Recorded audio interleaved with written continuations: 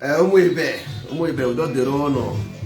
Anyị nwawo ndị ndozi ọdịnala Igbo, anyị nwawo ndị kwere n'ihe otu kwuru, ndị ha na-ekwu maka ha. Anyị nwawo ndị ndozi ọdịnala Igbo. There is only one solution for ndị Igbo, enweghịzi ụzọ ọzọ. No other solution. Ka mgbanye egwu.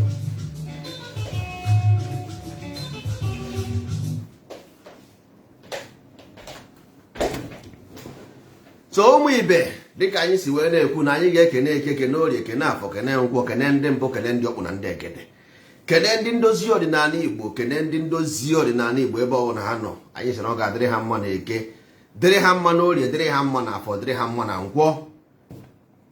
Ụmụ ibe, isiokwu anyị tata ga-abụ ihe gbasara Igbo Unity, maka na ọ na-ekwu Igbo adịghị n'otu, Igbo afụghị onwe ha n'anya, Igbo kpọrọ onwe ha asị, Igbo nka, Igbo nka, Igbo nke ọzọ. Wee jụọ ndị mmadụ si ha, gịnị bụkwara Igbo nwa? Gịnị kwa na-eme kwuo ihe na-atọ ụtọ, ekwuo ihe ọ na-atọ ka ya? Ndị mba mmiri si ha na-ahụhụ ndị Igbo, ndị ke ndị ọzọkwa, ndị Delta si na ha bụ Delta Igbo, ndị ha ka ha nkụ. Even enweziri ndị si na ha wụzi Igbo of the North. Nwanne udo dịrị gị, share that na group. Ọ sị na ndị enwe ndị si na ha wụzi Igbo North, Northern Igbo, ha wụzi Northern Igbo. So ha chọziri ibizi na side ugwu Awụsa aha bụrụzie ndị Igbo ebe ahụ. Ha chọrọ igbu Igbo mana ha achọghị ịnọ na ala Igbo wuru Igbo. Ndị Igbo dị proud na Abuja, na Aba, we own Abuja. Ndị Igbo dị proud na Lagos, no man's land. Lagos wu no man's land, we own it. Nsogbu adịghị. Ndị Igbo eze ndị Igbo na Malaysia, eze ndị Igbo na Thailand, eze ndị Igbo na Japan. Ndị Igbo nwere kedu ihe a na-akpọ ya na America, Igbo village. Igbo na-atọ everybody ụtọ, mana one thing bụzini na kedu isi ihe mere ala Igbo anaghị atọ anyị ụtọ? Igbo na-atọ anyị ụtọ mana ala Igbo anaghị atọ anyị ụtọ. Why? Anyị ga-adị proud na Lagos, rụọ mansion, na-ebi ụmụ ya na-ebi na Lagos, na-akụ n'elu kasị elu. Mana na ala Igbo the same person aha nwere inweta mansion ya na Lagos, o nwere estate, ịbịa na village ya enweghị ụzọ esi aga ya. There is no road to his village. This man na-atụ 40 containers, 50 containers na Lagos. Onye ndị a nwechara estate na Abuja, nwechara estate na Abuja, go to their village, there is no road to them. Enweghị ụzọ esi aga na village ya. Ọ na-azụ onye Igbo.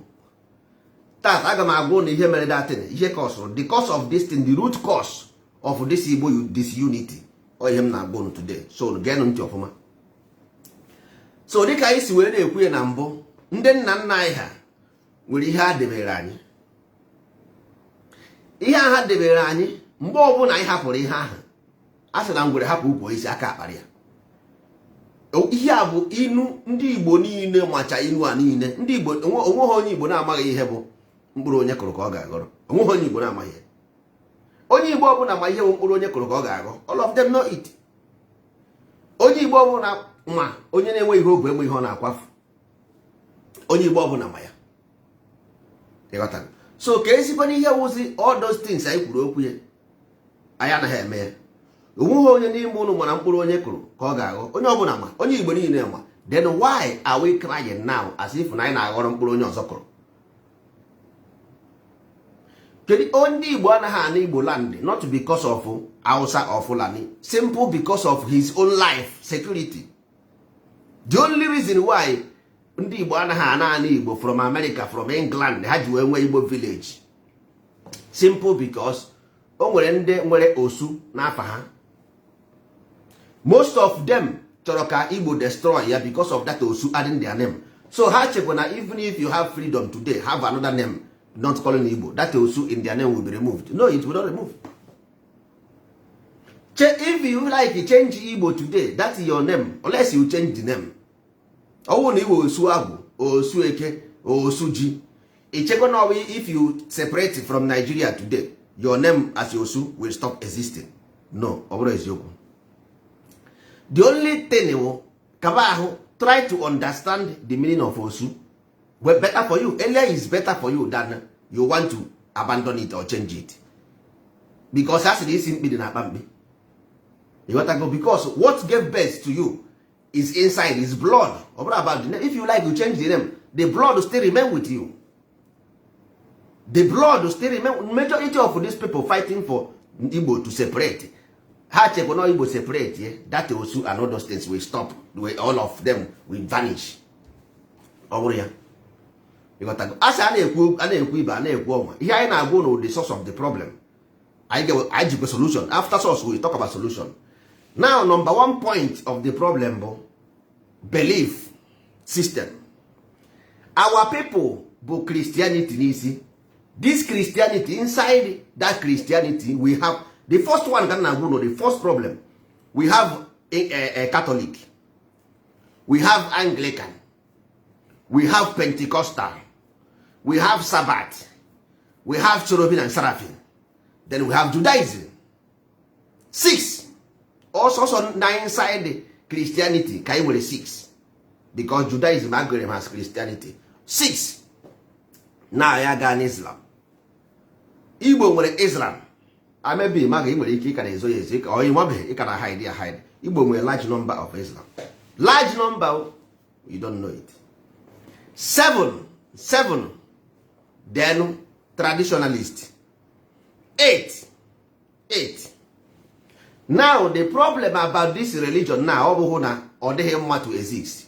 Know which one is the foundation of the structure of Igbo land. Christianity claim the ownership because every politician in Igbo, Catholic, they claim no hand upper hand. So Catholic na claim no hand upper hand. They run the political structure. Hanande Siemens na anwa ike. Hanande Siemens na anwa ike. Now nke ha buruga nke ọzọ nke ndị isi ala Islam nọkwa side nke na believe na with the Islam they will get power in the post, Nigerian post, the same Igbo land ahụ. So now enweghị any one of them bụ foundational structure of Igbo land. Just all of them is political and political. That's all. So ọ dị ka egwu ọha nwe agụụ na-egbu ya. Okay, now all these people now, ndị Christianity na fight to dominate political power, political space. Ndị Islam na fight for political appointment because na ndị ugwu ji ọkwa. Ndị okpu now na fight for freedom na ụdị ndị Jew ga-abịanyere ha aka. Ịghọtago? So nwere nke na fight how to make Igbo land better. No, all of them have their own ideology and what they believe in. This thing measures Igbo land as an entity suffering because nobody is caring for the child, motherless child. Nobody care about motherless child. Every Igbo group is running either Christianity, either Islam, either Judaism. No, if you like now, Igbo today want to run political structures. Nobody will vote for you. I see now as a try. Any governor in Igbo come out openly and say, "Oh, nobody will vote for him. Nobody will vote for him. Nobody will run in that system as nobody will vote for you." So you see, the reason why they go to church is not because of they want to salvage the land. It's because of political appointment to rule. You got that? And as long as you hang on this political appointment to go to office, your solution and your aspiration will be based on that regard. Each of one number. If a politics is of number. So if you are going to that place, you want people to vote you, you must tell them you are Christian to get the Christian votes. Or you tell them you are Islam to get Islamic votes. Nde Judaism aka ebubeghị ibu. So they will not say that they are Judaism because nobody will vote for you. Judaism will be followers like that. But to this Islam and Christianity have more power. But to Igbo of today, Christianity rule in Igbo land today. So politicians naga there for benefit. So how to vote from this Christian vulnerable people. Not about what the land, not about salvaging Igbo land. The Igbo land wants salvation. The land needs salvation. You got to go. So, but ihe ndị a na-eme abụrụ salvation, they cannot salvage the land by contributing to the problem. ndị Igbo sị gị nọmba 1, ndị Igbo sị gị no bribery. Ị ma na datịrị Adam na Eve mere na akadakpụ bribe. Ị na-aka azụ bribery bụ ihe gị na nna azụ na a na-asị na Christianity does not come by force, they came by bribery. Your fathers eat bribe from those foreign investors. They gave them bribe. They brought, every religion came from somebody within. Every, go and do this thing, go and do your own research. Every foreign invaders came through your brother, through bribery from your brother. Go and do their own research. Every single, even know how company will come into your village through without coming from to somebody. So the same way religion come, the same way corporation come, they must come through somebody. That is why you say no bribery. O say na Eve wetere apple nye Adam. That means somebody take bribe to bring bribe to bribe. That is it. So the religion came through bribery, not by conquest, not by force. Is corruption. Religion come through corruption. Is bribery. Quote me right. Anywhere, anytime. Because when anything we say here, we prove it. All bribe can nara bribe. So that is today now. People are selling their vote for bribe. Exchange their vote with bribe. Tomorrow, if the government is not doing anything, they will say government is not doing anything. But you saw your birthright. Most of ndị Igbo now, from today I got APC today. Tomorrow I got PDP. One year I got Abuga. All of them bribe. No. Anything I get, bribe must follow it. They can never do something without bribe. So until they understand the structure of the land, they will keep on doing their mistakes. That is why we brought the value of Igbo land, the value from heaven. The first,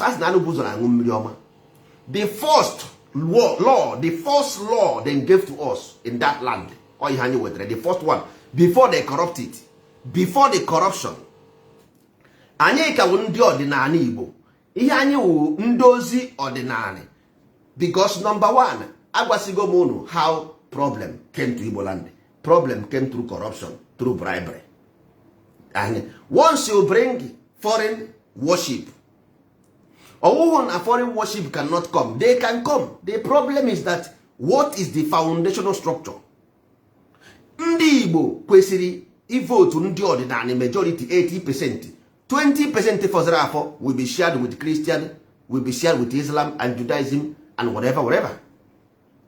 80% at least will be secured. The vote, 80% vote will be secured by ndị ọdịnala. Period. All in may otu a enweghị ebe na-eje. All na ọbụghị otu a, you are not going anywhere. Number 1, your security matters. For you to have security in Igbo land, your religion must be ordinary. Because mụ na gị, ọwụ na mụ na gị na-eche ofu ihe. That's why Igbo na Igbo abụrụ about color race. Igbo bụrụ about color race. Ndị America agaghị na-eme American lottery, visa lottery. Ndị Canada agaghị eme visa lottery. British go to England. Ọwụ onye Pakistan bụ mayor in London. So ebe ị na-aga achọ your solution adịghị dị. Number 1 go you accept it. 2, anyị ga-agazi marazie ka anyị ga-esi edozi ọdịnala anyị. That is the only solution you have. Your solution bụ ọdịnala. Then how can we make it work? Lee anya ka ngwa gị. Then anyị ekwusigo about problem. Now solution comes in. Ọdịnala Igbo. Ka ihe anyị ga-eme. O nwere ndị jụrụ m sị m, ka maka asị na ndị nna nna anyị bụ ndị ọjọọ, they are evil men. Ha na-egbu ewu na ọkọ, na-achụ aja, na-eme nka. Okay, nsogbu adị. Ka anyị take little by little. Kedu ihe bụ ịchụ aja? Ọ bụ igbu ewu, ọ bụ igbu ọkụkọ, ọ ihe bụ ritual ndị a na-eme? Cherekwa 1 minute. In every religion, enwere ritual right. Every religion. For example, aga m ebido na Islam. Islam na-eme sala. Ha na-eme sala. Ha na-egbu ram na sala. Then Christianity na-awa ọjị n'ụlọ ụka, na-aṅụ mmanya, na-aṅụ ọbara Jizọs. Ndị Igbo na-egbu ewu, na-egbu ọkụkọ, na-achụ aja. Nsogbu adị. now ịma ihe mere nụ ọ bụrụ na ị mụọ nwatakịrị ọfụ how do you explain this life to nwatakịrị? How? Ị gaghị agwa nwatakịrị a na you have to meditate to become a higher man. No. How can you explain this life to nwatakịrị? That is why all these rituals you see. That is why you see not different. See, that is where they keep the information just to educate the child. But unfortunately, onye toro eto agadi nwoke bụrụ ihe nyere nwatakịrị na-eme n'okenye. You got to go. That is where the problem comes. Number 2. Number 1 bụ na all those things are not real. It's about mythology. It's about allegory. Ilu, ifo. You got all those ewu na ọka na-egbu. Number 2. Human being. Let us go to the matured. Right, go na nwatakịrị. Can you get matured? Human being nwere 4 levels of mind. Enwere power of the mind. Nwere nature of the mind. Nwere state of the mind. Nwere rest of the mind. This 4 step of the mind is encoded in 4 animal level. All level ị ga-aga before you gbagote to mmadụ. Because amụ gị kpọdoro isi narị. Ọ charge ya okpogote.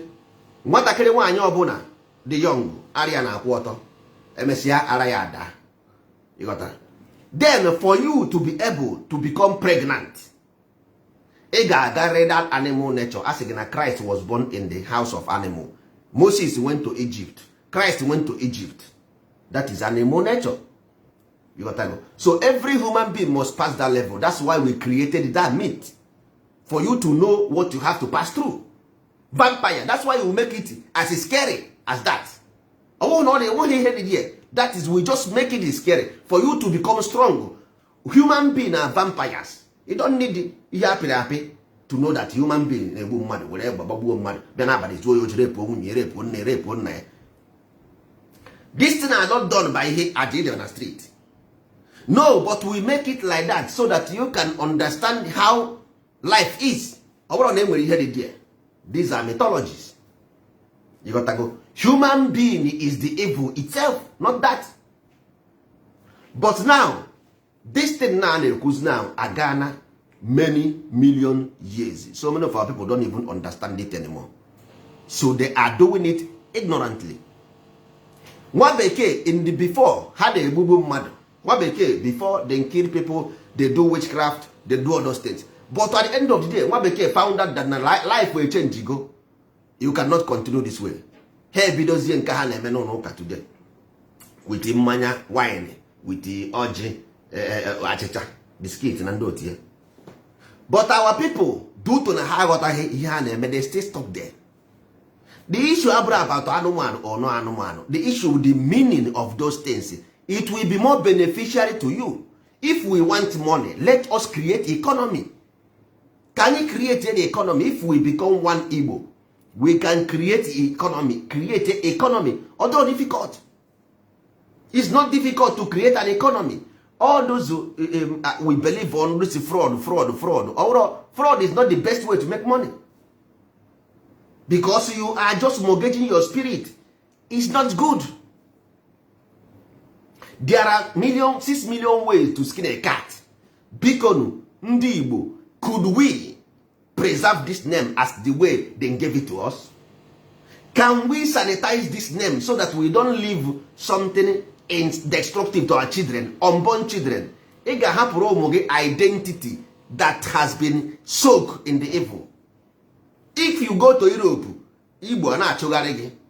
You go to America, na-achụgharị gị. Anywhere you go, just to dating them. Why are you giving birth?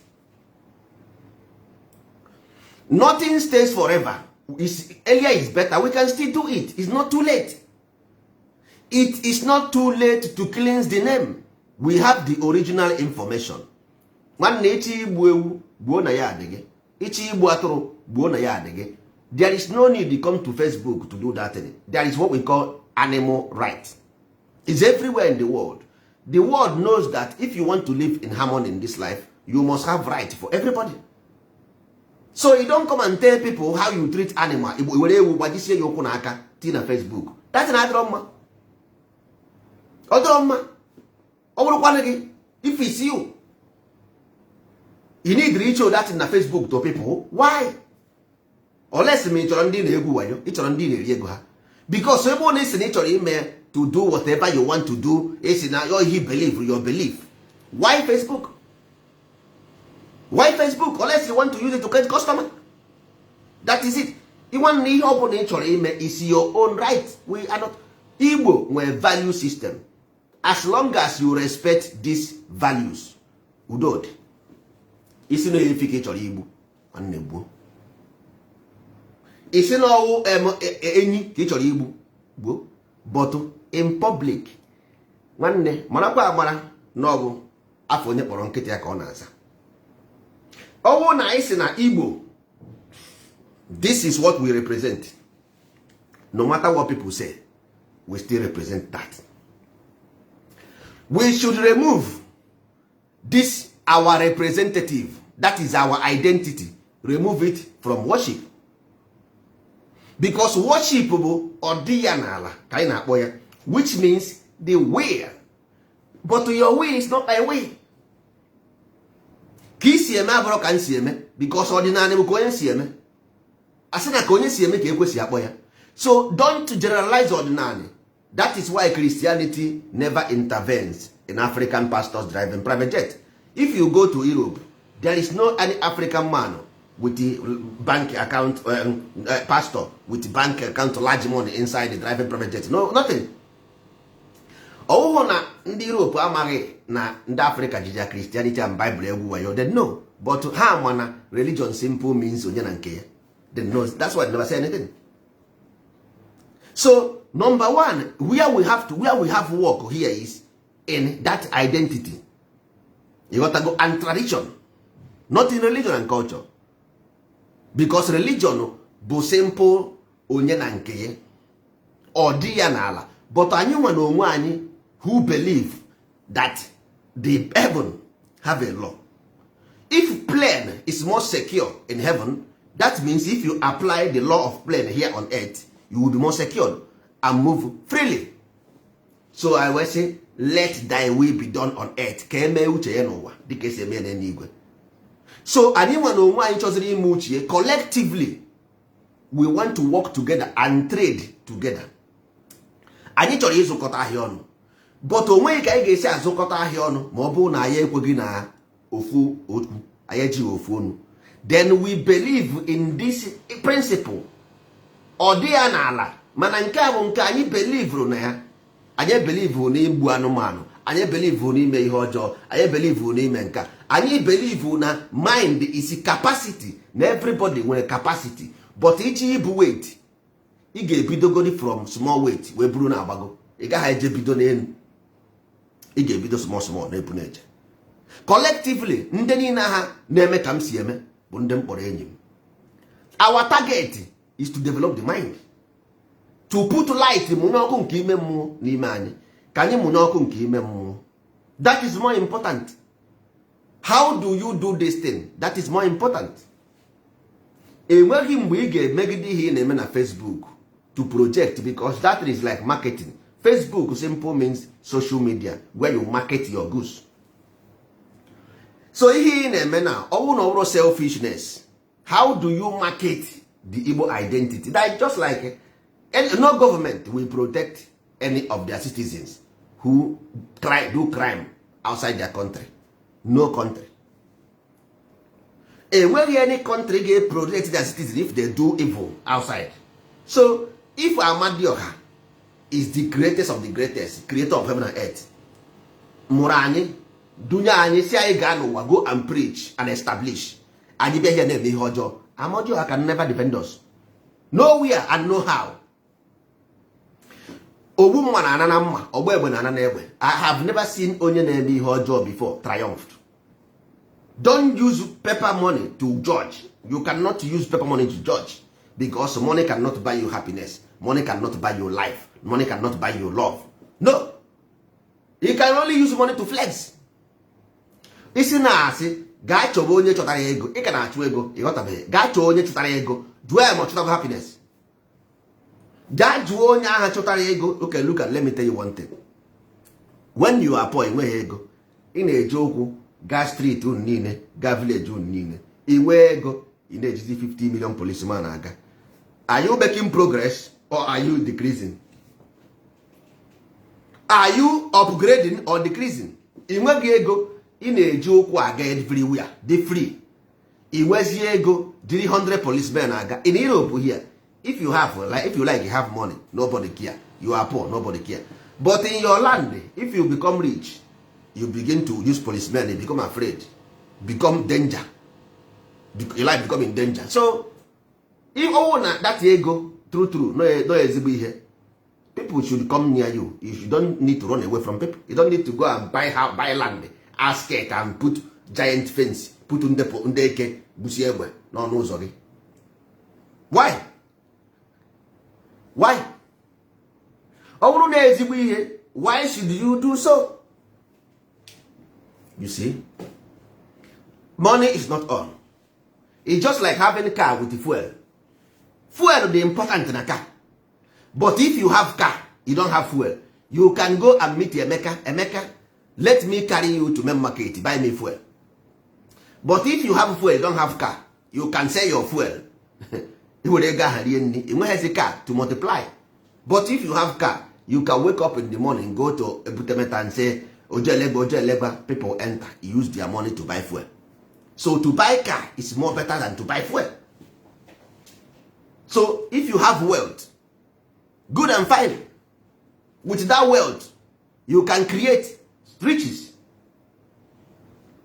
Akaraka, better. Akaraka wealth, resources, human resources or mineral resources. Better that you have wealth. You can use wealth to create rich. But if you go to rich direct, you are going to fuel. You don't have car. Then what your fuel will be in your house. Your children may go there with the light. Your house will burn. All of your house will burn because of that fuel in your house. That is why you push that policeman on your door. Yes, all that money because the money enweghị root or source. Had it been that the money with a source, that your village people will be working in that your company, in that your resources, that your village people will be working there. You will not be afraid to move around because you employ all of them. You just come to one village, only you have paper money, or everybody don't have anything.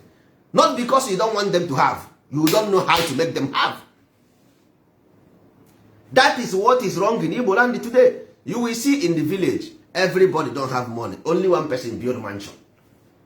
And it's around like mobile krikiri or jobless youth na anwụ everywhere bio krikiri. How you think you last? Unless you leave Abuja, you don't come home. Anytime you come that place, you will use 100 policemen in your village. It's a shame. So number 2 and the most important thing, let us make sure that ordinary Igbo anyị asari arụ. Odigo millions of years, ordinary Igbo has been millions of years. Odike park ya moto gị, may travel, just bata from travel, ije buru ji moto nyara. Iburu moto aha nya bifo na-eru n'ụzọ. Enwere ike oke atagidego waya break ya ọfọzie small. Nwere ike iji break waya dọpịa. Moto efere break. Or the tire of the motor eriga alignment. Nwere ike ịgba speed o blow. So ordinary Igbo go very long time. Go so many misplacement. So ihe anyị need rewo set here ọfụma. We are not going to remove anything. Not ịchụ aja, not igbu ewu, not igbu ọkụkọ. We are not going to remove anything. But we will tell you that these things are just for kids, to keep information for the kids. Because you don't teach kids how to meditate. You don't teach them how to meditate because they don't know how to meditate. But adults, yes. So it's for children and information. An adult, ichi ịchụ aja, aja bụ gịnwa chụọ aja because in ana village, ọwụ na ụzọ adịghị mma, ụzọ ị ga-esi ana. How do you go? Ka ebe ị ga-esi agafe, ị ga-ekili ya n'ụzọ ahụ before you nabano. You got to go. So ịchụ aja bụ to clear everything ga-anọchiri gị n'ụzọ, like your spirit growing. Iwe spirit in embryo, you are just growing. That is why agwa isi akpa agwa, because you never growed. So a chọrọ ka azụọ gị azụ, a chọrọ ịzụ gị azụ, but ndị be anyị aghọtaghị ihe bụ ịzụ mmadụ, ịzụ nwa, ha mara ihe bụ ịzụ nwa. So all those things anyị na-eme today onwe ha enyemaka ọ ga-enyere anyị ụmụ ibe. The only way Igbo will become one and unite as Igbo is one thing. Number one, ị ga-agarịrị that mystery school to understand who you are, to know thyself. Nwanne ị ga-amagodi n'onwe gị. Onye na-amaghị onwe ọ na-ama mmadụ. You must know thyself. You must know, because human being is based on 3 principles. Every human being. Energy that carries you, which is horsepower. Because the body, your body, and as a chiwage, bụ that motor that will carry you. Igbo bụ ụgbọ ga-ebu aga. Now, this ụgbọ ga-ebu aga, all the whole years of your body, accumulated memory of your body, all that memory form this body book now. So all depend how many capacity. So that is why is today ọ ka mma na iju n'oge tụwa ego oji before chi ejie, maka na mmiri dọrọ na eji dọrọ nwa nkịta. Ịda na ị gara na mebe training kpụwa ụzụ to gather energy to carry the weight. You got ọ na ije ọsụrụ na-agba na-ezuzugharị, depreciating. Ndị Igbo sị mgbe ifufe ga-efe osisi kpọrọ nkụ ga-ada, mgbe ọnwụnwa ga-abịa ha ga-amata ndị kwerenụ. Ndị Igbo sị na ngwere nọ karịa n'uju ọghọ aghọ, nkapịa gba afọ ọghọ ebine mmụọ. So the best thing for you is to go. Nwanne, rapụ okomoko. It doesn't matter you are millionaire or you are not millionaire. Everybody will ever there. I am not a poor man. We are not poor. I am not poor. You got to go. But that is not the case. Here, in the Bible, where they say Jonah is not a poor man. But God, according to Bible, God called Jonah to go and preach the gospel. But Jonah refused, want to escape. You got to go. So we are here doing this not because of we want money. I have it. For now, I'm okay. I go and I go. Everybody knows me here. You got to go. Go and guide where go and ask. So what about when you go used to people when they are not able to make money on Facebook or for YouTube followers? Over here, that's not the case. Because since 8 years I not here. All no followers. I am my high manipulate to have quantity. Most of this information they flow today, we give them out for free. Before us, nobody talking about ordinary Igbo in public. Before us, nobody. Even before Biafra movement today, we are here. So the case about generating traffic or not traffic, the issue here is that that identity given to us, no, it's wickedness. We can't pass this information to our kids. No way.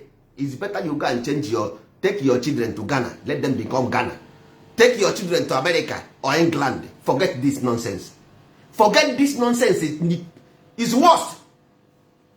Look at today. Look at Igbo land.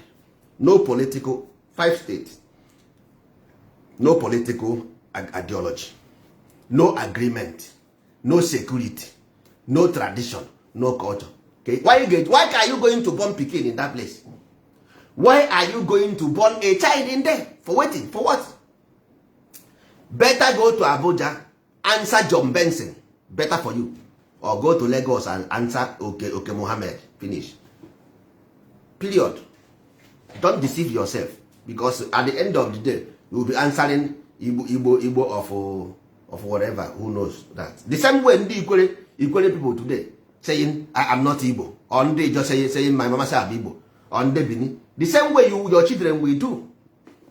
Mark it. The same way your children will do. All of you going to Europe to come back to Nigeria to marry. Your children will face this. I'm telling you today. Every country have a foundation. You don't build house without foundation. So you better you stop answering Igbo because there is no foundation. Majority, the most the most millionaires in Igbo land today are Christians. Can you take Christian away from Europe? Christians, can you take Christianity away from Europe? Religion means ancestors. Christianity, St. Peter ọ bụ onye Igbo, St. Paul ọ bụ onye Igbo, St. Michael ọ bụ onye Igbo, St. John ọ bụ onye Igbo, Paul dị asọ ọ bụ onye Igbo. No, here are somebody's ancestor. No matter how you want it, it can never be your ancestors. If you can like, you pay homage to them, nobody cares. But the foundation of Igbo land cannot let you stand. But you can, because you cannot cheat on somebody's church. Where the Bible chichike omega arịkwa. Anyone say no no ka where Bible chichike omega arịkwa. Those people who founded that system in Igbo land cannot let you survive. Every country bụ padlock. Country means padlock. And every key padlock nwere key eji agbape. From A to Z, ndị Igbo ji wee sị gị na nkụ dị na mba degere mba ndị. As long as the only way Christianity will survive in Igbo land, Islam and Judaism will survive until you establish the foundation of that land. Period. Then Christianity will thrive, Islam will thrive, Judaism will thrive. All this one now you are doing, all of you will kill each other. All of you. You see it. Everybody come into Christianity to exploit money. Everybody go into ordinance to exploit money. They go into Judaism to exploit money. Go into Islam to exploit money. Why? Because the foundational structure is not there. Africans are suffering every day, praying. They pray for their ancestors nowhere. Pray for this one. All the whole, everybody, all the whole spirit. But after you pray, the corporation drilling the oil is still the same corporation. The corporation mining gold, still the same corporation. The corporation diamond, the same corporation. So your prayer has not been answered. The only way your prayer will be answered when you become engineers. Finish. And how can you become engineer? Until you have the keys. Because the only key for everything is perception. If you have to perception, the power of the mind to perceive. The only way, if not, one day you are not going anywhere. I've been honest with you. The power is power of the mind, the perception. If not, you cannot pray your way in. Because prayer simple means judgment. You have been judged and you find guilty. So you are just guilty in the prison yard shouting for savior. It's just somebody drowning. You are drowning and you are asking for somebody to help you out from drowning. Finish. That is what you call prayer. You are because if you go to parliament, when somebody brings laws in parliament or bring case, you say prayer. Bring prayer to the parliament. That is, he bring somebody's case to the parliament. So, or he bring case to court before the law court. O nwere ike ifeanyị chọrọ gị okwu, ị bịakwa ifeanyị akwụkwọ na law court. That is what you call prayer. So it's not about your solution. I am telling you your solution. First of all, Igbo is not somebody's own. No. Igbo is about identity. Your identity is yourself. My identity is myself. But I am a transporter. Enwere moto na agba transport. I am going to Lagos. Iwagi moto. Ị Lagos. Ibanye na moto. That is what we call Igbo. Ugbo. Then inside this moto, we will make analysis of your energy. Ugbo ga-ebuga aga. Wee sị gị nwoke mbịa. Ugbo gị enweghị fuel. Ị na-ebiri ịgbanye fuel. You don't look at my Ugbo because Ugbo is capable of leading me to Lagos, but Ugbo guy is not capable to lead you to Lagos. Only thing we can do is to make sure that your Ugbo is filled and make it to Lagos. That is why you have an Igbo. When you Igbo by luck. Oka mmadụ isi na lokele anya Igbo meeting in Germany. Can you tell me one single thing Igbo people in Germany have did or have done? One, only one. Igbo people in Spain, do Spain together, tell me one single achievement in Igbo land as Igbo people in Spain have done. Tell me, in America, ha nwere Igbo village and everything. Just give me one single achievement Igbos in United States have done. One single thing Igbo in Europe as a whole. Only one. I will resign this thing, everything. See? But if we have this Igbo I'm talking about, we have a constitution of our ancestors. We are not going to write it. They have it. Only thing anyị ga-eme bụ ịgwa gị mee ya. Anyị ga-enye gị ya. Igbo in Germany have the same constitution. Igbo in Spain, all the whole villages in Spain, all the England, everywhere Igbo meeting run under that constitution. Nna nwanne gwa m ihe ị na-agaghị emenwu n'ụwa. Ị nwere ike ịnọ ebe a decide who rule in your village because of ala jikọ nna chiri efi. Why don't you like good thing? Kedu ihe mere like ihe ọma? Because onye ekwughị ka ọ ha eburu ya gafe ama nna ya. If you are evil, you don't even know when the true savior come. Igbo nwere Amadioha, Chukwu, Chineke, all these things are constitution. It's your law, not my law. All of us. So this thing will carry you anywhere you go. Protect you. So then, onye ọbụla ihe mere bụ onye Igbo. One hand.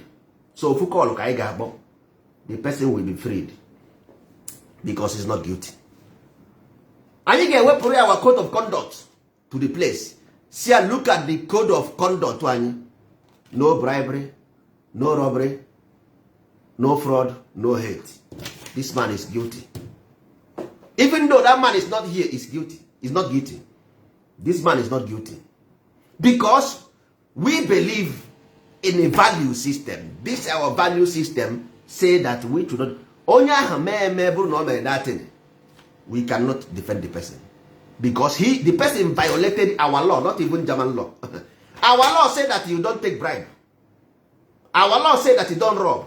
Our law that say that you don't defraud people. Our law say that you don't preach hate. And if you do these things, Germans start worrying because you violate our law, not even German own. Before we go to German, you have already betrayed us. You see? So now this thing, ogadra easy to develop. We can live in peace and harmony as Ndi Igbo. If you want to travel, if you want to do China, look at here, they copied from us. Look at China. China might be in Nigeria. They don't have any company in Nigeria. All of them will distribute. Manega afuha niile na-emewe ọfụma. Ofu ala ji ka a na-achịrị efi. Ndị Igbo ga na-azụ ahịa, ọfụghị onye na-azụ ya ahịa. Ị na-agwa m na Igbo restaurant nwanne le anya n'ebe a ihe anụnwa anyị na-eme, anyị dị nkwadobe bịa. The restaurant anyị ga-emepe, anyị ga-echange the face of food. Nwanne don't do update. You must have innovation. Don't you know what is innovation? Eh? You might hear me. You want to thrive in atụ ahịa. I pity for you. I pity for you in atụ ahịa. Ime onye na-akpara ego. Ka onye custom officer. Who is the custom officer? Ị na-ịtụ 40 containers. Ịma ha ego ole ndị ugwu were n'ime 40 containers ya. Ị na-azụ ahịa na Ladipo. Ịma ha ego ole ndị Yoruba na-enweta na Ladipo everyday. Ịma ha ego ole ndị Yoruba na-enweta na Trefe everyday.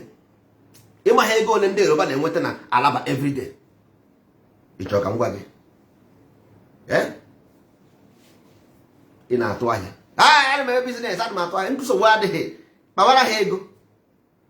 Kpawara ha ego. Ịzụsi ahịa jee Dubai bata. Ire akpa nwaanyị 20 naira, irie 5 naira. And ahịa kpanụ nwere ego ole ka iji gba ya. Ibute moto na Europe. Ibute moto ịtasị ahụfụ. Jesi kpasịa scrap. Iburu tinye na moto jee Nigeria. Iruo Nigeria. All the whole wharf. Ndị customer nakọrọ gị dị ego. Ịgatago irechazie pieces obere ihe nwana ibutere. Obere ego ya afọ na ịrụsọ na village n'ọnwa ya ego ga-agwụ. Ego iji azụ ahịa agwụ. Ịchọ ndị gasị na ha kọrọ gị nsị. Nwanne is all about commerce. Ihe akụrụ anyị nwere ebe a. Anyị ji ihe na-akpọkwa entrepreneurship bịa. We have entrepreneur. You got to go. This in entrepreneur, anyị nwere ịzụ ahịa, nwee ịzụ ahịa. Ihe a na-akpọ business administration. so that you can understand what is commerce. You don't go and make money for people. Ị na-agbara ndị China mbọ, agbara ndị Europe mbọ, agbara ndị Nigeria mbọ, apart from yourself. Ebe bi na Lagos ị na-akwụ ụgwọ ụlọ. Ọ bụghị gị nwe ị na-akwụ ụgwọ ụlọ ka ndị na-agbara mbọ ndị Yoruba. Ebe ị na-azụ ahịa ị na-akwụ ụgwọ shop ka ndị na-agbara mbọ ndị Yoruba. Ebe ị na-atụ ahịa ị na-eji ego azụ ya ka ndị na-agbara mbọ ndị na-atụ ahịa n'aka ha. Ibunata ngwa ahịa gị ị na-agba ngwa ahịa na wharf ka ndị ị na-atụ gbara mbọ ndị Fulani custom. Ngwa cheki ya nwanne ihe ọ na so simple thing ewu bata n'ime ụgbọ ndị ọma ebe njọkụ na-akpọ ụgbọ ndị ọma bata n'ime ụgbọ ndị ọma ebe njọkụ na ụgbọ njọkụ ka anyị na-akpa. Ịbata hie n'ụlọ anya number 1 you must know thyself. It's a promise. Number 2 nwanne ị ga na-akụ akụ ịghọtago business admin ị ga-ama ihe bụ business ke nke ị chọrọ ime thousands of them you choose by yourself. ịghọtago you choose n'onwe gị. Anyị ga-agbakọ ana Igbo rụkọ anya nwanne ya ejiri industry na-eme ọnụ anyị were na-eme ọgụ ịgba ndị nwere ike ile ife nwaanyị like ya inye company ọhụụ nke a na-enye moto mba ife nwaanyị like ya inye certificate of one company o were ịgotago si ya company nke a jide anyị eji company na-eme ọgụ ịnụ nwaanyị be mmadụ inye ofu company. Ịma na mgbe mbụ ndị Igbo na-eme ha bịa pụọ abroad ha je kpọrọ ofu nwa na village ha o jegbara ya bụ ya gbasịara ya bụ ya oduo ya kịta na ọ bụ na company ịgbasịara anyị bụ ya nye gị company ọwụzighị nke idu ga-edu ịgbasị because anyị chọrọ ka anyị develop the land. So ihe anyị chọrọ bụ more people, more industry, more progress. So more we give, more progress we make, more develop the land become. Nwanne enweghị onye bụ ihe a na-agụ na-enweghị mgbe ị bịara here nwere ihe iji. Agbamot, I came here with nothing. So all those things, why should I have it? I'll give it to you. Nwere ihe m ji eme. As long as na adị m okere riju afọ. Why should I have this information? Anyị ma n'isi. Ọ gwa n'isi na-awa m here. You need the people who will come and take management of these things. This thing, I want you to carry them away. Take them from me. Come. Give you one. Jajan ask me to any. God won't do to any. They will confess for you. God will hand them over na this our group for more than 3 years. And we don't ask them money. We teach them every day. Even today, say 5 o'clock. 5 o'clock to 5:30, I went class. We teach them free of charge. We don't ask them money. Very soon, our mainstream school will start as well. They will attend. But how much on at the school, they will still come and prove it to you. Ha ga-abịa prove gị nwanne ihe a na-agba na ntị anaghị agba ya n'anya. Ihe a na-afụ anya ejighị enyo ya. Ihe anya one in town. One in town. Nigeria ga-abịa nyewa anyị biko si ụmụnne work for me na. They will ask, they will please us. Now, please write me, write us. They have a business plan. They will ask us, even the governor Gayoani, to write a project for them. Governor Gayoani, because one nice lady, when we say you believe you me, you believe you trash of Moses and Jesus and the Bible, but you don't believe our truth. What you see, you don't believe. You believe your trash over outdated nonsense. Yeah? Why in the Bekee Jaros plane? Why are they building motor? Why are they building ships? Why? And you are here reading outdated nonsense. Yeah? Every Sunday. Biakaide Sunday school. Biakaide Sunday school. They just Sunday school. Every beginning science Sunday school. Umuibe. This is the last warning from the ban. If you know what Igbo Unity that is lab. If I hear and if you hear anybody by your side say Igbo Unity, alright? That is lab. If you like, you got a ticket by an obo. But ticket by an obo, ndozi ordinary butego bondoma, Ubo Igbo. Banye. No, the Banya. Igbo meeting, no one is working. Yeah, we just say about a die one roma, a bad memorize. Gwamu dia weekend meeting. What did they do in meeting? Kedu ihe a na-eme na meeting? I want to know. What are they doing in meeting? Gwa m ihe ha na-eme na meeting. Every Sunday go there aṅụọ mmanya taa nasa akọ asịrị. Ụmụada simple means ịkọ asịrị. Ụmụada mean ịkọ asịrị, ebe a na-akọ asịrị. Ndị Igbo si onye mere efe na-agba egwusi. Ebe a na-akọ asịrị, ifu ndị mmadụ na-akwado Igbo meeting cheme ebe ọ na-eje. O je kọọ asịrị ṅụọ mmanya. Onwe ụmụ asa na ebe ahụ achọ nwaanyị nke ha aga. The same way ha si eje ụka Sunday. 90% of ndị na-eje ụka Sunday bụ ha na-eje ịchụ nwaanyị. 90% ndị na-eje ụka Sunday ụmụ nwaanyị na-eje ịchụ nwoke. 90%. Onye si na masị ka anyị ma n'aka. Ha na-eje ịchụ nwaanyị, enweghị chọọchị ha na-eje. Sunday medicine. The same thing ndị Igbo meeting. They are boring at home. Some want to escape their wife. Some want to escape their husband. Na anyị meje meeting ụmụada. Nna anyị ukwu mpe ife anyị. Ụmụada nwere meeting taa. Achịkwa ọ na-achọ ụzọ osi apụ na ya adị. Ka o je kọọ asịrị ebe ọzọ. Nwoke di ya ga-asịkwana ya mma ife ọma. Nna anyị nwere meeting ndị Igbo taa. Gbaa nkịtị meeting ndị Igbo gịnị? Ọ na-achọ ebe ọ na-apụ je ṅụọ nkwụ. Ọ na-achọ ebe ọ eje ṅụọ nkwụ. Nweghị gịnị ka nke ejere eje. Jizọs na-abịa ọzọ nke ọ bịara ebe oji anya ọmana. Nke ọ bịara ebe oji anya ọmana ọ na-eje meeting ndị Igbo. Ke ha na-eme dị. Tekwarukwe project ọ na-arụ ụlọ hospital. Hospital ebe. Who will manage the man hospital nwere department of medicine. Who will supply the hospital medicine? Onye ị na-arụ ụlọ ọgwụ ka onye ga-supply medicine to that hospital. Ịma ha na moto ị na-afụ nwere taya, nwee engine moto dị more than 200 pieces inside engine moto. So every department of that engine moto bụ different company. So in hospital enwere department of surgical, enwere surgical department, nwee medicine, nwee auxiliaries, nwee nurse, nwee doctors, nwee physicians. Ịrụrụ ụlọ ọgwụ, how do you coordinate these things? Oh, just to build hospital bụ isiokwu. This hospital nye 1 year it will collapse. The hospital nye 1 year it will collapse. That's why if they build company, the company will collapse.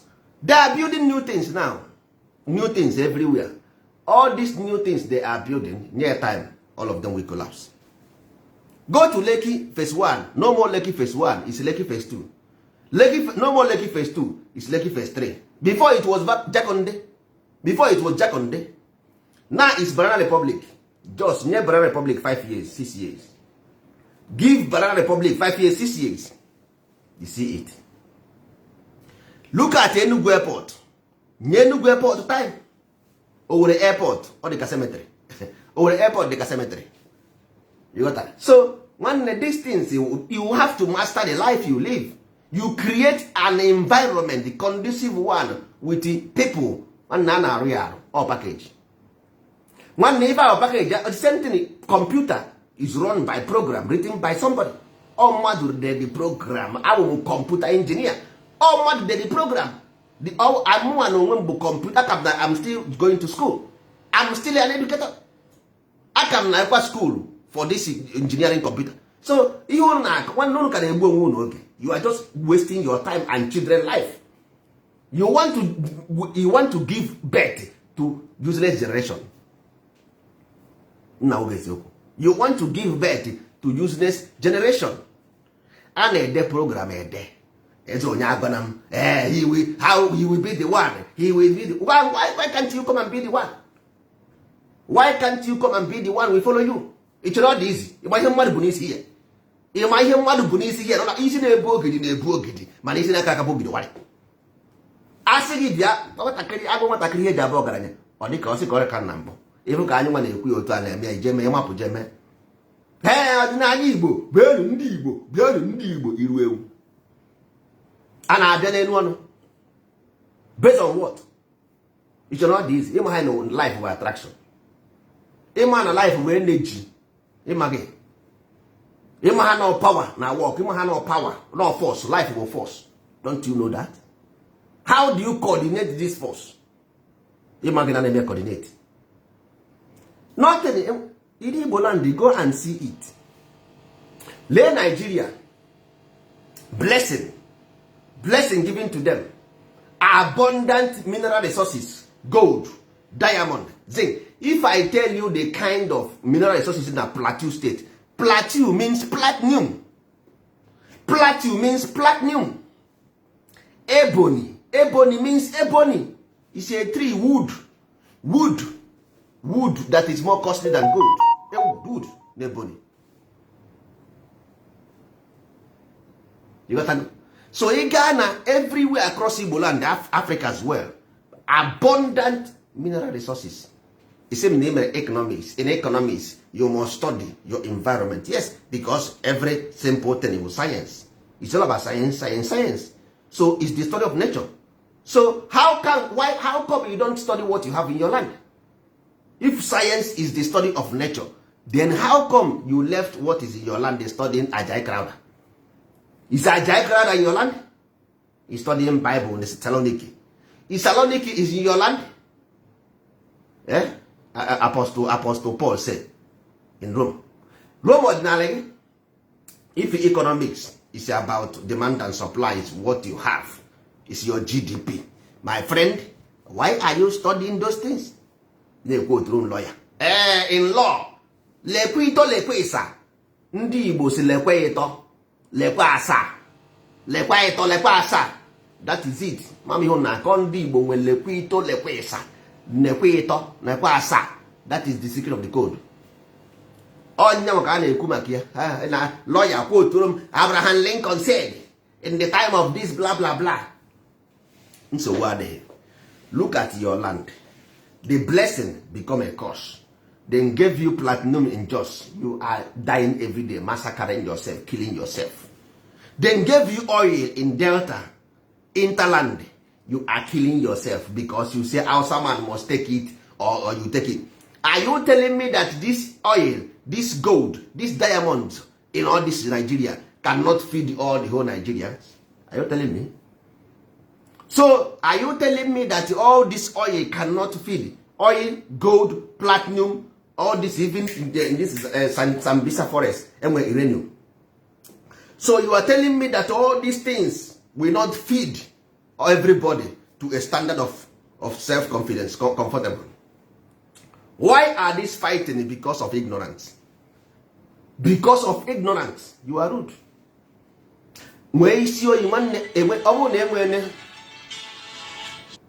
Ọwụ na-enwe ọkụkọ anya enu ọkụkọ anya enu na-eme na be anyị ọkụkọ na-akpọ n'isi enu idekpọ n'isi isi enu otu a anaghị m afụ ya n'ala bekee. Enwere ihe mere ọkụkọ anya enu na-eme na be anyị.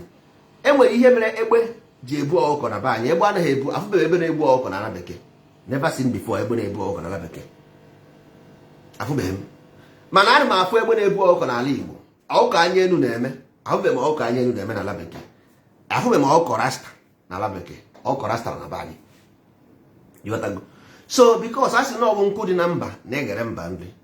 Every other now what is the most saddest one is that amaham ka isi wee reach in this conclusion that na nwa bekee enweghị resources na beye that depend on African for survival. Can you like is more than our own brothers? I generate hate on our brothers. But nwa bekee nwanụ anyị sikwa na ha dara 1885 1884 wekọrọ ana anyị take everything. They are the one we are calling to come and save us. From who? From your brothers. So i chere na nwa bekee ga-adị happy ka gị na nwanne gị na-anụ ọgụ ma ọ bụ na ị nwere uche. Ọ bụrụ na ị nwere ọgụgụ isi, don't you think that na nwa bekee ga-adị happy ma unu na-anụ ọgụ? Ị maghị the thing. Nwanne chegharịa kwere n'ozi ọma iwe onye eriri eri. Nwanne eriri ga-eri complete nwanne iwe okoko. You got to go. So one single thing, the only unity, I don't care what you want to call yourself. You water in a saron n'afọ n'afọ. You got to go. You are a child. As now whenever the student is ready, the master appear. You are a kid. ọ nwatakịrị na-eme na oge egbu m taa, oge egbu m taa, gbuo m taa, gbuo m taa. Ya ụmụazị, he who fight and run away will live to fight another day. If you go and beat Okeke today and run away, Okeke will grow up tomorrow and come and beat you. So you create war without end. Do you want to live like that? If Fulani wins you today, tomorrow your children will grow and begin to fight Fulani back. After fight Fulani, defeat Fulani, then children of Fulani will grow and begin to fight your children. Use the example of 67. Nigeria wins you, and today now you come back to fight Nigeria again. This is what you will do all over the world, all over time. You will do it all over time. You not have peace. You will always have you see? So this is the future you want to live for your children. You are Hausa man is teaching, or Fulani man is teaching his children kesi abwebe ko gesi webu ndị Igbo echi. Ndị Igbo na-etiji ụmụ ha ka gesi webu ndị Fulani echi. Ọ dịzie ka ndị Israel na ndị Palestinian. Na look at in afụkwa ụzọ. Ina afụkwa ụzọ e vision. Nwanne nwere vision. So ị na-amụ nwa kụziere ego gesi wee nụ ọgụ. So ọwụ gesi aeroplane, ọwụ gesi ụgbọ mmiri. No, ọwụ engineer, ọwụ scientist. Ọwụ craftsman. No, ko gesi wee nụ ndị ha na ndị a gesi wee nụ ọgụ. Look at the future. Ọkọkọ mma na-eme nwa ha m. Why ji mụkwa ndị nwa? It's better you don't give the best to that child. Na eziokwu. That is not the way. Ebe anyị na-eje ụzọ adịrị ya. Ọwụ na sasinsi ahụ anyị ji eme this thing till now. Onwe if there is any achievement, tell me. The only thing is knowledge. If you have knowledge of self, Amu Igbo, knowledge of self, then you have power. If you have power, you have wealth. If you have wealth, you have riches. Don't look at any motherfucker. This is your destiny. Don't look at any motherfucker. Messi na agba ball or nagi enende na agba stud. Messi na eye that post. The action, but that post. The target, but that post. Can you target in the post? Let us create a generation with target. Even if majority of Igbo reject it, let us ndị agha kwere n'ihe otu kwuru focus it. As in the fastest atom generate the fastest vortex. The fastest atom generate the fastest vortex. Nwa bekee si ihe dịka west ga America. Nwa bekee take over South America, establish government. Today, all this onyere ọhụrụ na South America. We are indigenous. You must pay us indigenous right. You must pay us indigenous right. Umwenwe. Nwa bekee si here, move to Australia, establish law, build a state. Aborigine men. It's our ancestral land. It's our ancestral land. After you demonstrate, you go and sleep. We gotta go. They came here, they go to South Africa. They establish in South Africa. The next thing, we are indigenous people of here. They came, then take our land. The appetite. I'm just till today, they are still crying appetite. Julius Malema and Doti. Jacob Zuma. Jacob Zuma at his age, how can I go about 1885? He was once a politician. Mandela spent 27 years in prison. Did South Africa better? South Africa the better after 27 years he spent? South Africa the more better than before? Go and ask Margaret Thatcher. Je jụọ Margaret Thatcher. A na-agwa ndị be anyị na anaghị anụ. Nobody owes you anything here and nobody holds you. Onwe onye ji gị. Nobody. The level of your understanding na-enye gị nsogbu. Level of understanding. The higher element, its lower element. You gotta go. One is fuel, one is car. Don't be fuel, become a car. You will fuel. Only believe it's all about cause and effect. It's all about action and reaction. It's all about expulsion attraction and repulsion.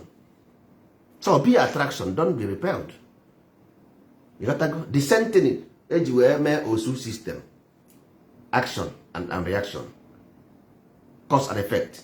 Ndị a na-achụpụ ndị ụmụ mmadụ sị na ha bụ osu because ha ghọtaghị the law of life. The same thing now we are telling them today. One day bata n'ime ụgbọ, reject. Tell you what did you want? Pompous.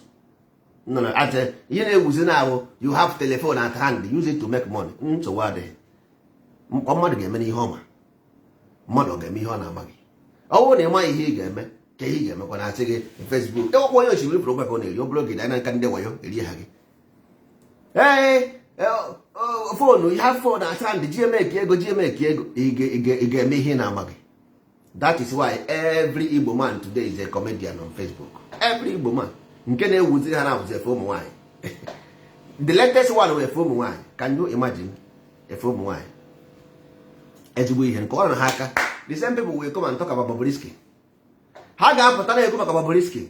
Nke a ha na-eme abụghị Bobrisky. Nke a ha na-eyizi efe ụmụ nwaanyị taa. Ka comedy. So ha mee ya wute efe ụmụ nwoke, nsogbu ga-adị. Always a comedian, nsogbu adịghị. Mana na ihe ahụ ị na-eme bụ act. You are acting. Children will look you and will copy you. Tomorrow they will wear women clothes. Yes. Yeah, it's comedy. Yes, good. Onye nwana ihe ọma na-eme kọwa na ha aka kụọrọ na nwa ngwere aka ere nte, nwa ngwere ejeghị ije ma ọ gbara ọsọ ere nte pi ere nte. Yes, everybody will rap. Anyị na rap zini. No more high life. High life wụkwa higher element yo.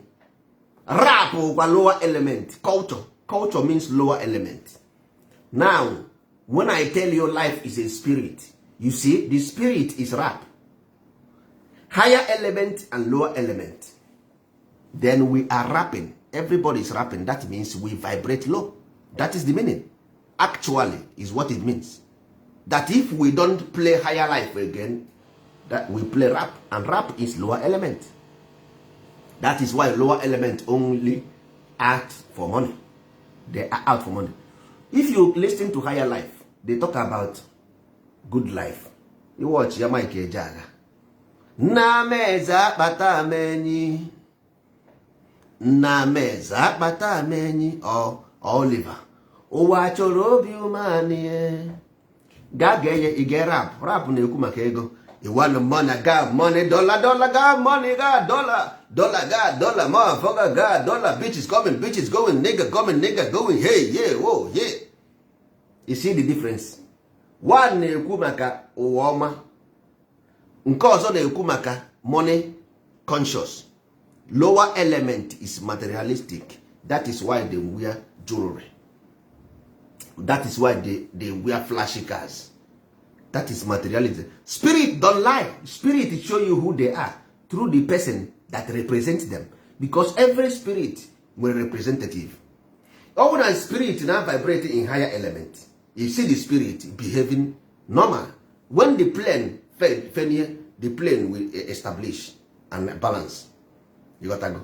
So all when a plane FNB, you got to know na-enwe ụgba. So ndị harap a na-enwe ụgba. That's why always they shake. Always they make an agba with they use egbe aka egbe ha na-ekwu okwu mgbe ọbụla. That is the possess. Because ị na-agụ egwu, you go into rhythm.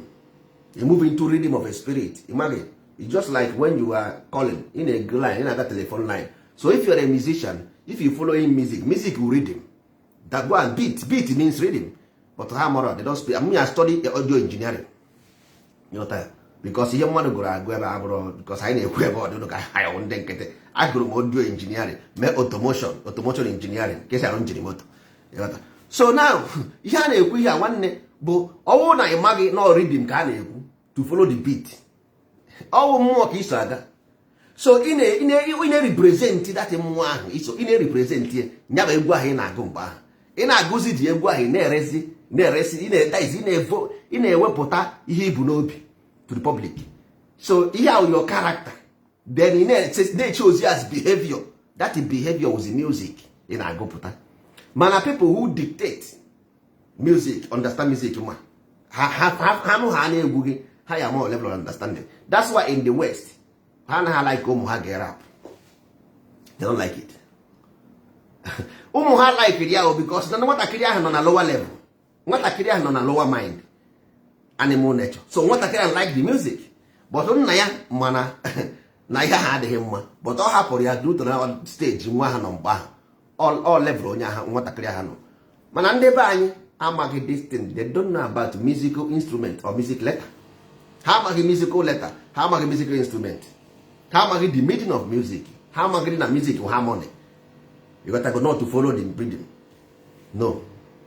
Onye ọbụla na-agụ, onye ọbụla chọrọ igwu egwu. Anyị asịghị na agụ na egwu, ị ga-agụ egwu, ị ga-eme comedy, ị ga-eme movie. All those things we will do them. Anyị nwere department of production. All those things adịbeghị now. Later you will see them. Mgbe anyị zuo ọfụma, a sị na agbakọ ọka heri ibe achọba ajọ ọfịa.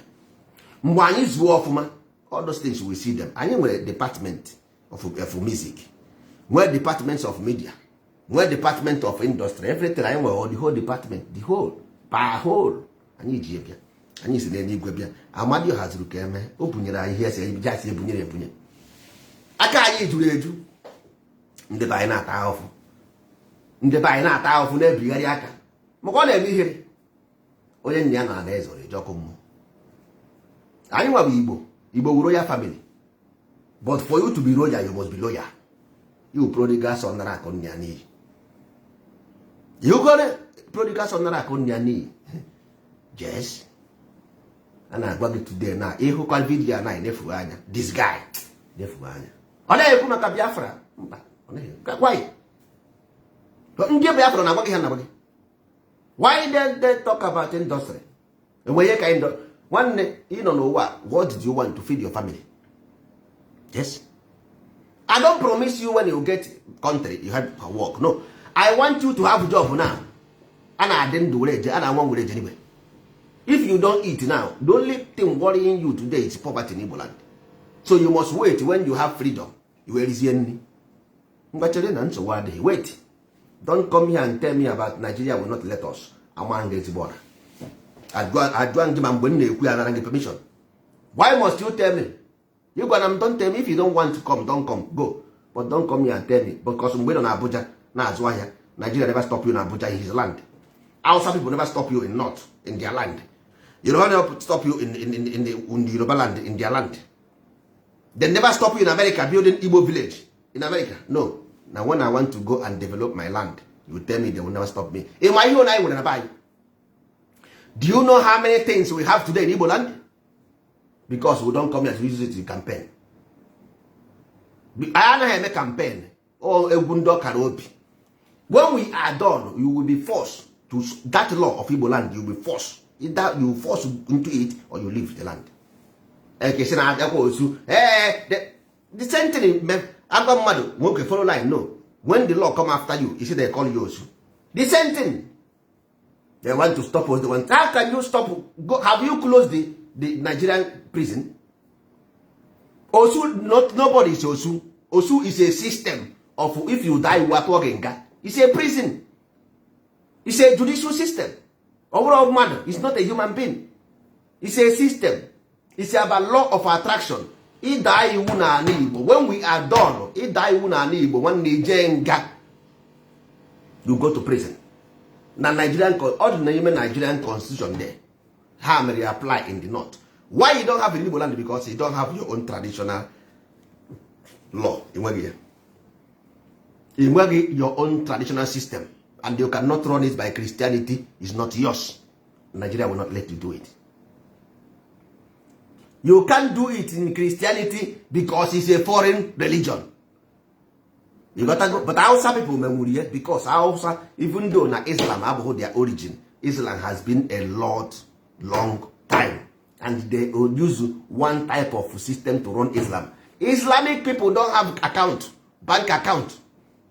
The Islamic churches, that's their Quran, the under family, under Ezinono. council.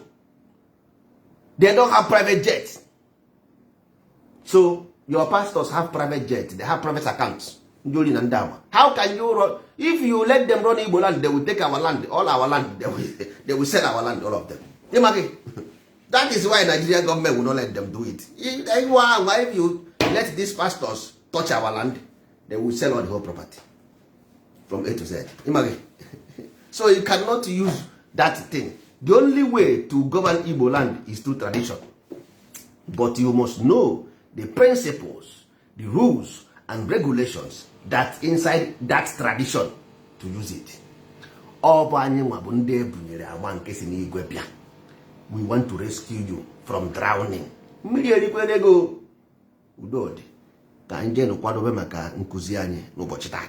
If we finish here, we enter another one. All these anyị pụọ ebe a, anyị akwadobe maka klaasị anyị. Anyị nwere nkuzi. Ịchọkwa n'iso anyị, you are free. But by force. If you want to enter into royal family anyị, pata. Welcome on board. Ebe ndị ụmụ Amadioha, shining light. We are the shining star. We are the shining light. Anyị nwa le abụ mezi nwa n'ebe a. Ụfọdụ n'ụmara m ine okpu nke mkpu n'isi ịgafe ihe edere ya nke mbụ abụ ede nwa nke mbụ abụ ikwu eziokwu nke abụọ bụ ede nwayọ nke atọ bụ omeghe ịhụnanya dịka nwa nke Amadioha.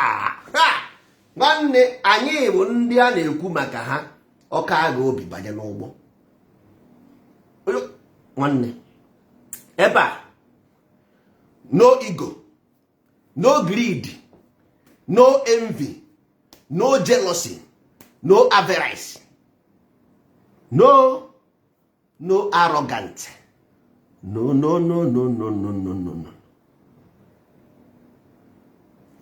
Debekwe that side. When you want to come, keep all those your komoko somewhere. We don't care about your account number. No, we don't want to know. Coming here, drop the ego, greed, envy, avarice, jealousy, drop them. Arrogant, drop them. Here we don't take that. Here, no bribery, no robbery, no fraud, no hate, no rebellion. If you rebel against any institution, don't come here. No terrorism here, no witchcraft, no, we don't take. No demonology, no, we don't take. No killing of innocent people. Here, we don't take you. If you do all those things, you stay where you are. You want to go to America. This is the law of America. Go and kill an animal on the street if you want to make it there. Or go and kill somebody if you want to make it there. Go to Europe and do it. All these things in Guaragi here, we give them to them. They use it to make their law. And the high is working. So we must apply the same thing in our land to work. So that people, before heart easy.